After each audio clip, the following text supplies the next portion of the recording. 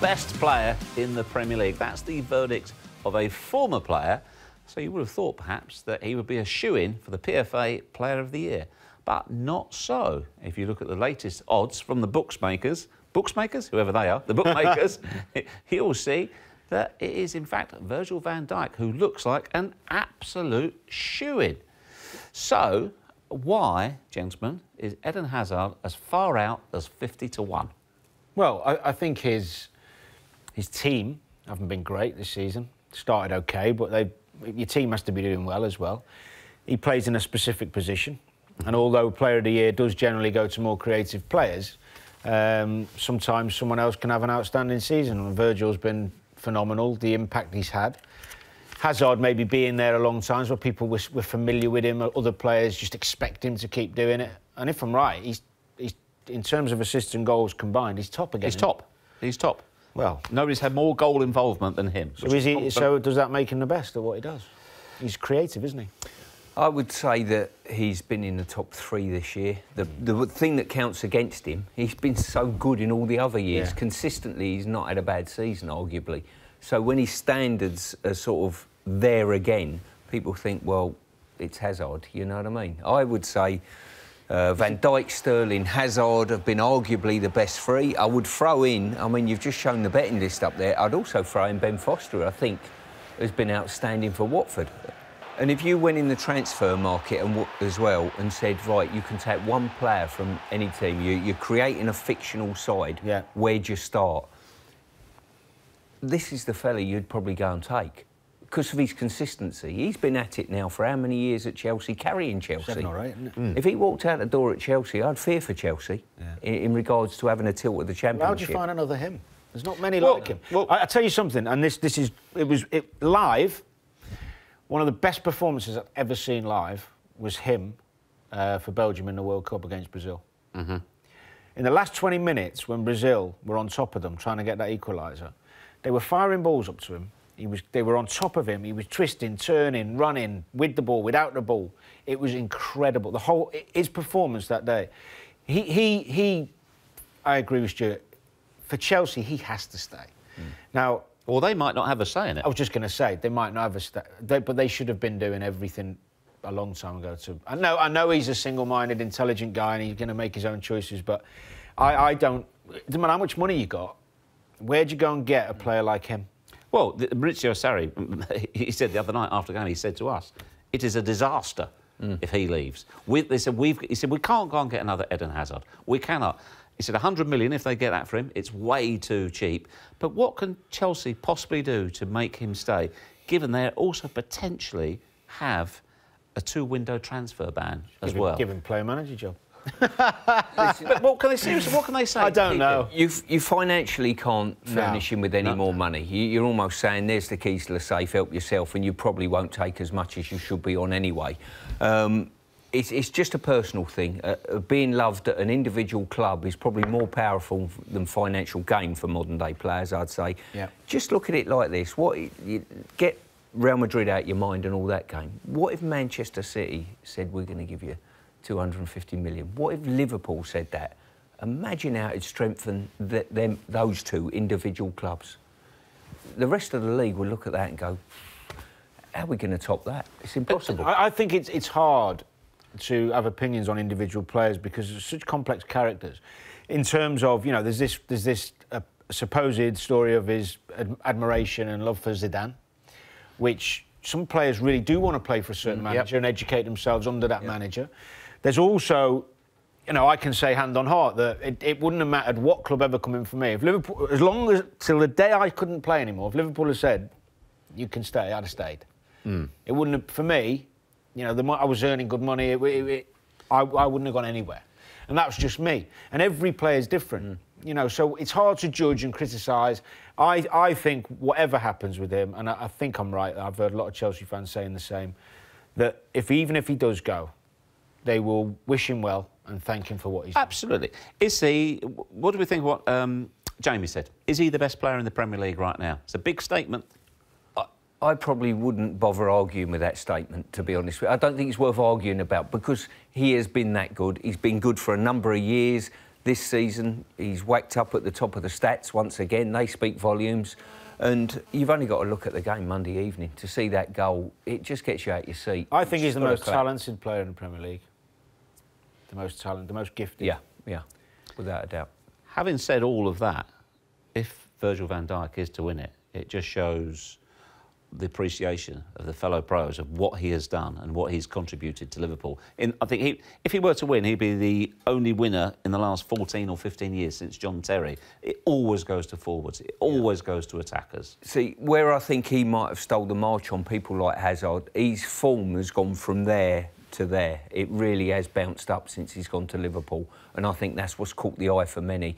And also the fact he's walked into a Liverpool back four that were being criticised reasonably heavily. Admittedly, they signed a goalkeeper as well, and they look impregnable at the moment. Apologies, Kante did win it. Yeah, it was non-fielder. Yeah. I think the thing that Virgil's done as well, apart from his own performances, he's raising other people's games around him. You know, whether they're looking at him, watching him, learning from him, he's talking to them. His leadership qualities have grown this season. And also, you're right, Liverpool's defensive record wasn't great last year. They've bridged a 19-point gap with City, is it? Mm-hmm. And you have to say, although the keeper has improved them, of course, it's mainly because of Virgil. Mm. You know, there's that ridiculous stat going on at the moment, isn't there, that nobody's beaten him one-on-one in a dribble. Where, no one's gone past him. No one's gone past him. I mean, that's remarkable. For over a year. That's not bad. That's not bad. Jeff. Do you know what? Stuart knows better than I, because he's a defender. And I always listen to coaches when they were. I remember Rafa, Houllier, Roy Hodgson, you know, people like that who are very, very detailed on defensive play. And this may be something you probably even teach youngsters. They always used to talk about. They always used to say to people, "Why to defenders? Stay on your feet. Don't make them beat you." You know, I never see him panic and go to ground. You know, sometimes he's one-on-one with somebody and he's between the player and the goal. He's got this calmness in defence. You know, normally when you see someone, oh my God, we're going to concede, I'll rush in, I'll go to ground. I've never seen him with his kit dirty. He's like a player. I liken it to someone playing top trumps. You know, the card game where you put your strongest against their strongest. Yeah. He says, well, physically you can't take me on, speed-wise you can't take me on, I can read the game, so where's your top trump? Show me. You haven't got one, son, you know what I mean? So just give me the ball. I think the ultimate compliment was Troy Deeney. He said he reads the game, he's physical, he's quick, he's clever, he even smells nice. Yeah. I mean, you don't get... Tell you what we haven't seen from him as well is set plays. I don't know if you saw how many goals he scored up at Celtic. He can whip free kicks in the top corner as well. Well, you played with a great son, Des Walker, man. I played a charity game with Des, a Legends game, a while ago. He was still fit then. Yeah. But he was another one that was calm, wasn't he? Yeah. Never dived in. His ace card was speed. Yeah. You can't outrun me, you know. And just going back to the way that this is voted, it's around about this time of year that they start to vote. What do players, when you used to vote, what did you look for in other players? And also, when we looked at that odds list as well, who do you think is... anybody on that list that we saw just now could potentially rival Virgil van Dijk for this year's PFA? Sterling's the only one, because... Raheem Sterling? He's, again, the improvement. Again, you know, he keeps doing better. Yeah. You know, his endurance in terms of the games he plays, the minutes he's out there. I mean, Pep rarely rests Sterling, does he? And that says a lot about how he looks after himself. But I think Van Dijk's nailed on. What I like the fact they changed the voting to near the end of the season. It used to be early, which was ridiculous. Yes. I think the fact that... I like the fact that I think it's a very genuine vote, this one, with in my experience, and the clubs I've been at. The lads always... There's none of this... Some people might, and I know there's always exceptions to the rule, you know, if you don't like someone, and you've had it to do with them in the game, I'm not voting for him. I don't think that happens so much. I think you get genuine winners. I think it's really... It's interesting that the flip side of that, Raheem Sterling has been as impressive off the pitch as he has been on it, this pitch as well. Yeah, but this ain't a vote about... No, but so whereas you wouldn't vote somebody if you'd had a bit of needle with them, if somebody's impressed you, thought, what an impressive person this guy is, would that affect people's thinking at all? Because you can't argue how impressive... Personally, Jeff, it would be a football vote, and a football vote was solely for me. I personally think the best three are Hazard, who we've talked about, Sterling and Van Dijk. For me, they've been the best three in the division.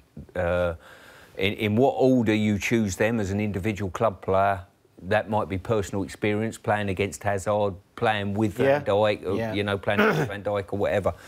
I think Van Dijk will win it, personally. I think if you had two players who you couldn't really separate, and you'd played against them and you think they're both amazing, they both were brilliant against me, but one was an absolute idiot and the other one was good as gold and had a good chat with me after, you'd go with the other one. Because that's human nature. Do you think you're likely to go in this scenario with Van Dijk because he has had...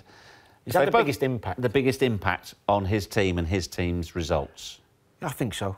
I think it helps the way he conducts himself as well.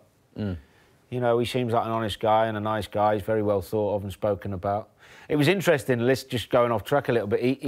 He admitted, didn't he, was it yesterday or today, that he's voted for Sterling? Someone asked him. And I like that.